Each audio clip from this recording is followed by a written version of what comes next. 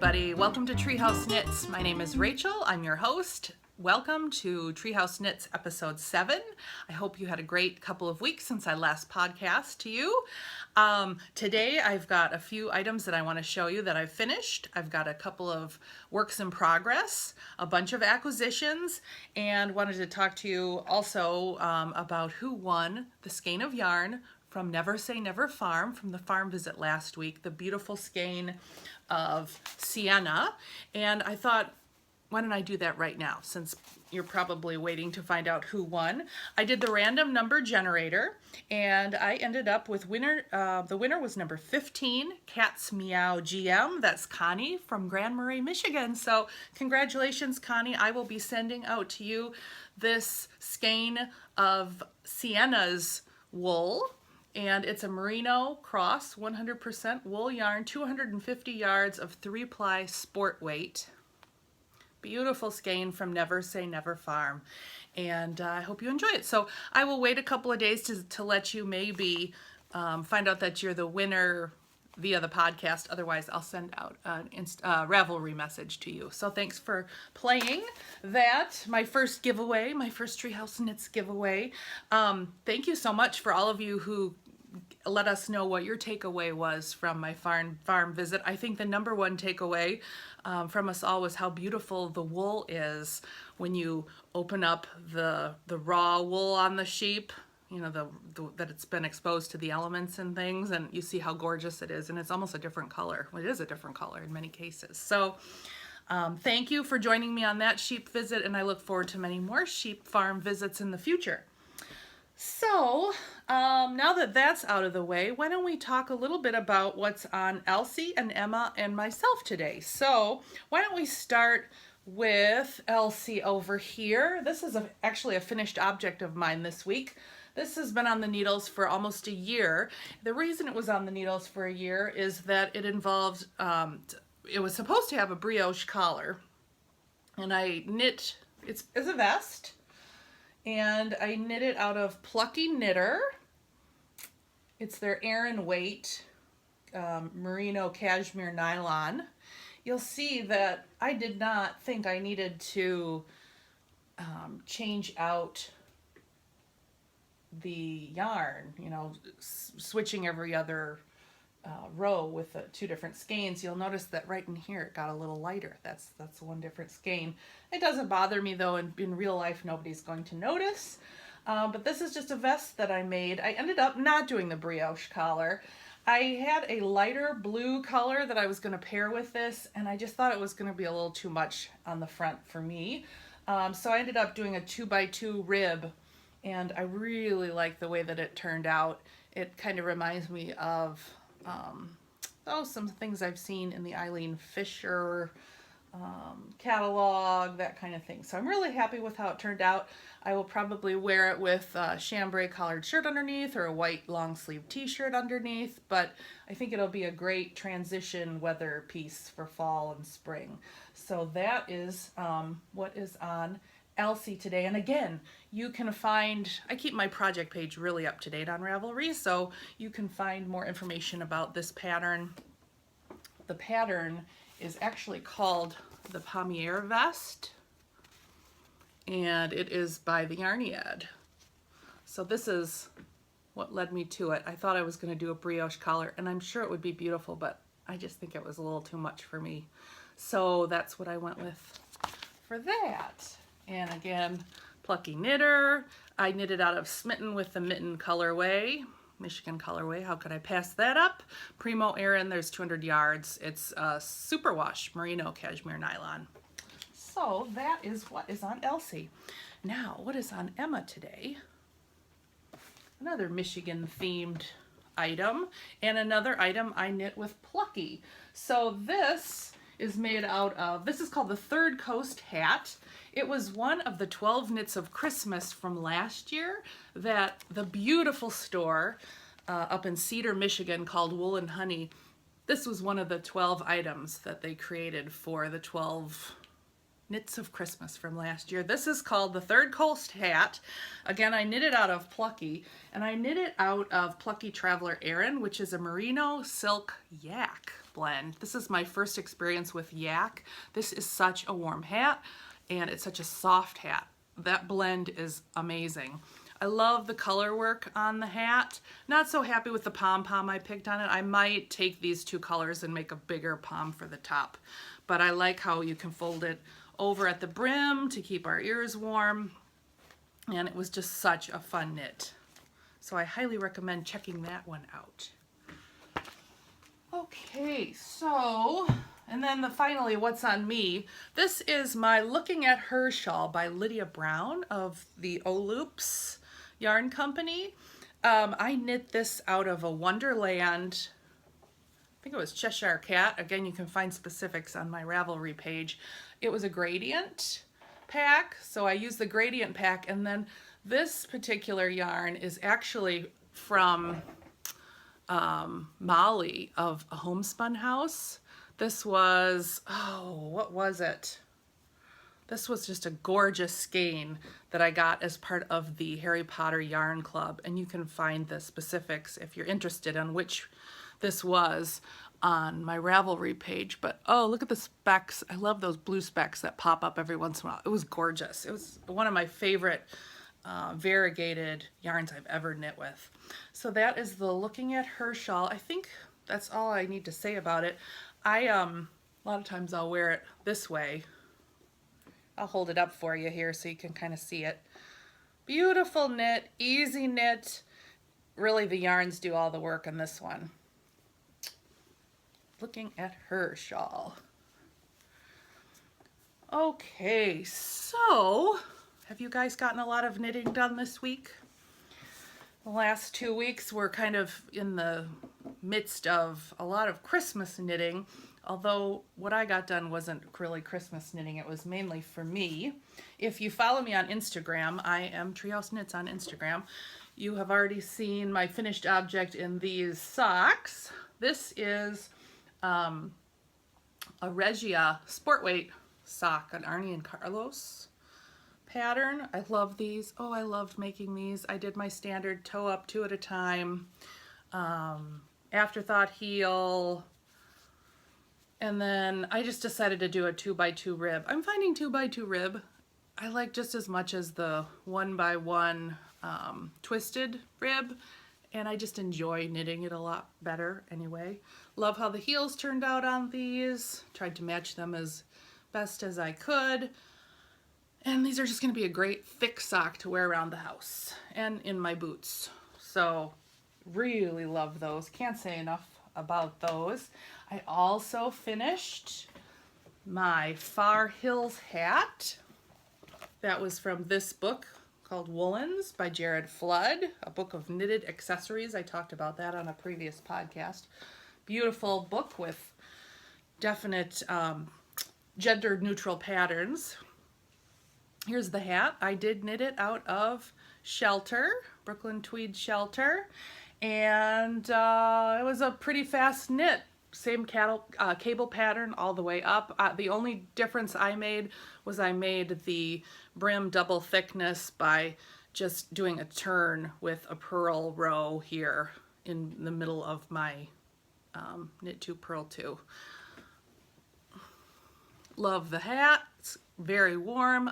Honestly, I love Shelter. I think a lot of people complain that it's a wool that breaks easily. The only time I've really had it break on me was when I was trying to seam up something, but for a hat, if you just knit like you always do, even the cabled sections, I was a little more gentle when I would kind of tug on the first or last stitch of the cables, but gorgeous hat. Great for a man or a woman. Love it. Love how it turned out. Okay, and then I did some sewing this week. I needed some project bags. I'm seeing such cute Christmas project bags, and I had a bunch of Christmassy fabric in my fabric stash, so I just created some cute little project bags with this is snow globes, little interior, kind of looked like snow to me. I had some of this Santa letter fabric, so I created with this interior. We'll talk about what's on inside of here in a minute. And then I was going to make some hot pads a long time ago. So I had this coordinated cute gingerbread fabric. And on the inside, these candy cane. So these were a lot of fun to make. And I've now filled them with my Christmas projects. And I think that's it for WIPs. I think that's all I was going to share with you today. Leads me to the next WIP, actually the next work in progress and finished project. I don't know if any of you watched The Yarn Hoarder. I think her name is Amber. She, on a couple episodes ago, talked about how her daughter Heidi enjoys using the Harrisville Potholder loom. And man, that brought back memories for me because I had a cousin who had a potholder loom, and one holiday we spent a lot of the holiday making potholders for everyone. And I just knew when she said that Cappy from A Yarn and Me at her store was selling them at a 10% discount, I just jumped at it and got myself a loom, thinking my son, who's 11, who loves to weave in art class at school, would enjoy doing it with me. So here's our first potholder that we made. Ah, so much memory, so many great memories this brought back. Got the loom, so I went ahead and I ordered it from Cappy. Here's one of them, work in progress, that'll go with this one. I went ahead and got the pro size, which is the bigger size. Just because the littler ones, it's hard to grab things out of the oven. I am having so much fun with this loom. If you have not checked out Cappy's store, her store is called The Yarn and I. And she also has she's an Etsy website. She's a Michigander, fellow Michigander, sells a lot of really unique items on her website. Really unique yarns, and then she's got a whole slew of these potholder, the regular size and the pro size. I also went ahead and she packages so nicely bundles of the bands that she used to make them. So, and I think it's a little bit cheaper through her anyway, even before the 10% discount. She did tell me to go ahead and let viewers of my podcast know about that discount. So if you're interested in getting one of these potholder looms for somebody for Christmas or for yourself, feel free to just go to her website or her Etsy site, which is The Yarn and I on Etsy. And in the coupon code section, you can put in there Heidi Loops for 10% off. She also sent me these adorable stitch markers. You know, they're more than adorable. They're beautiful. If you can see, they're elephants. And what's really special about them, I've done a bit of jewelry making myself in the past. And, you know, a lot of the stitch markers that are out there are made of materials that will tarnish easily. I'm sure you've all experienced it with some of them, but this is genuine sterling silver findings on here. And if you look closer, you can see that it's been wrapped. It's not just one of those what's the word I'm looking for? The jump rings or the rings that you open and close. This actually was wrapped around sterling silver wire. It was cute. These are actually made by Cappy's mom, Marcia. And I think she said she's 85 and she's making these beautiful, beautiful stitch markers for us. So I believe you can find them on her website. And just check them out because they're definitely, this is jewelry grade stitch marker. So I think that was all I wanted to say about the potholders and the loom. Oh, the other exciting acquisition I got, I'm sure you've all seen this already on Instagram. I placed an order the minute it came through from Susan B. Anderson's new yarn company called Barrett Wool Company. I got 2 skeins of Home, which is the worsted weight in the wood violet color. And the color's coming out really well. And I'm especially excited about the fingering weight that I got. This color is called Snowy Pine. And I just thought that was gorgeous. If you could feel them, it's just a soft, squishy yarn, comfort food kind of yarn. And you know, it's a solid color. There's so many great yarns out there that are variegated and striping. We love the speckles, but to come back to beautiful basic yarn that is in gorgeous colors, she's definitely doing a special thing here. This is a knitter and a designer making her own yarn, so she knows what we knitters like in our yarn. I don't know what I'm going to make with this. I have to think about it a little bit. I want to do something special. I'm thinking maybe something with cables would be beautiful. This definitely would show texture really, really well. Okay, then I did a little bit of Christmas yarn shopping. If you can believe it, I did not at the time have any Christmassy kind of yarn, and I really wanted to make myself or someone a pair of Christmas socks. So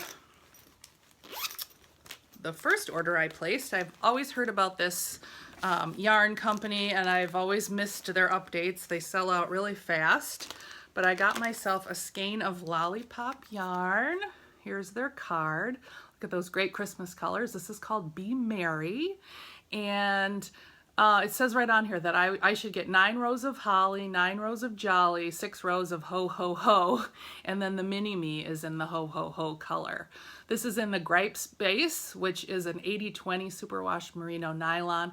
And there are 410 yards. So it's a little bit thicker than some of the other superwash merino that are like 460 yards. I really like the thicker fingering for socks. I enjoy knitting with that a lot better. So this one, you know, I always do my socks toe up 2 at a time.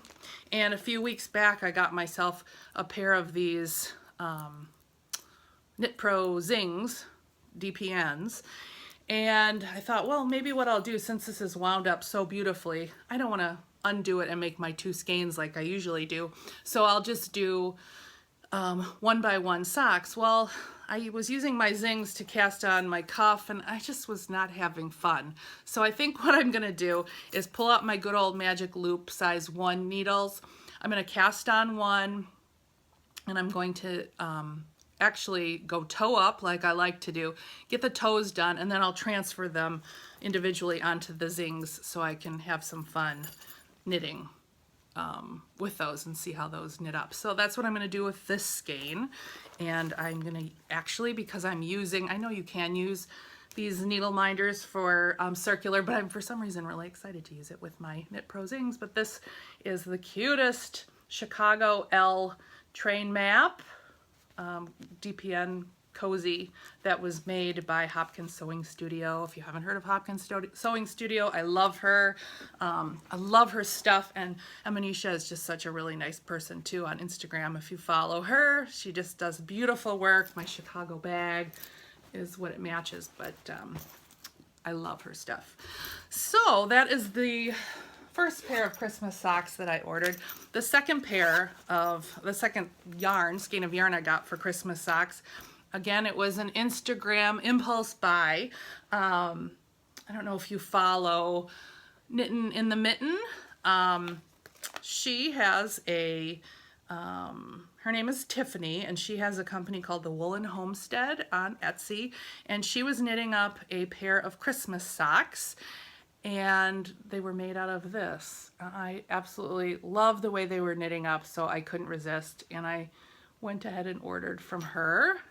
Here's her card, and I'm so excited to knit these up. I will make these into 2 skeins and do toe up 2 at a time like I always do. I haven't decided if I'm going to do maybe white toe and heel, or I might just use what I have and, you know, just use this skein for everything. We shall see. But gorgeous. Thank you, Tiffany. I'm so glad I scored a skein of your beautiful yarn, and I look forward to seeing what you do with your yarn dyeing in the future. All right. So that is everything that I acquired in the last couple of weeks. So the sheep segment. This week, if you follow me on Instagram, you saw my plea that you should all drop everything and listen to the latest episode of Woolful.